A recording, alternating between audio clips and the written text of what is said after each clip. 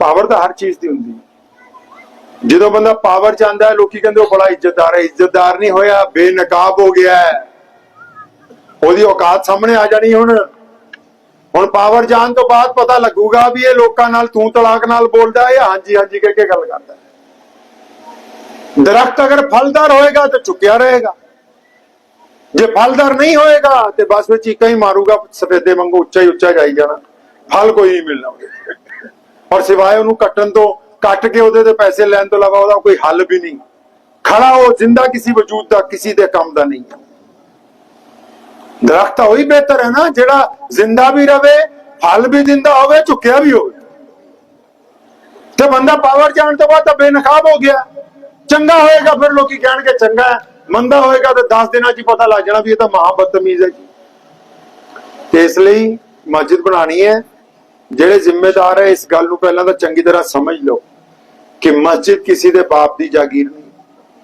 ਆਈਓ ਗੱਲ ਸੈਂਟਰ ਸਰਕਾਰ ਨੂੰ ਵੀ ਸਮਝਾਣੇ ਆ ਕਿ ਜਿਹੜੀ ਅਸੀਂ ਜਗ੍ਹਾ, ਹੁਣ ਜਿੱਦਾਂ ਜਗ੍ਹਾ ਵਕਫ ਕਰ ਦਿੱਤੀ ਮਸਜਿਦ ਲਈ, ਇਹਦਾ ਮਾਲਕ ਵਕਫ ਬੋਰਡ ਨਹੀਂ ਹੈ। ਸੁਣੋ ਤੁਹਾਨੂੰ ਮਜ਼ੇ ਦੀ ਗੱਲ ਸਮਝਾ ਦੇਵਾਂ, ਮੈਂਬਰ ਸਾਹਿਬ ਵੀ ਬੈਠੇ ਹੈ। ਜਿਹੜੀ ਜਗ੍ਹਾ ਵਕਫ ਹੋ ਗਈ ਉਹਦਾ ਮਾਲਕ ਵਕਫ ਬੋਰਡ ਨਹੀਂ ਹੈ, ਮਾਲਕ ਉਹਦਾ ਅੱਲਾ ਹੈ, ਖੁਦਾ। ਵਕਫ ਬੋਰਡ ਕਸਟੋਡੀਅਨ ਹੈ। ਕਸਟੋਡੀਅਨ ਮਤਲਬ ਰਖਵਾਲਾ ਹੈ। ਜੇ ਮਾਲਕ ਹੁੰਦਾ ਵੇਚ ਨਾ ਦਿੰਦਾ ਕੱਲ ਨੂੰ। ਫਿਰ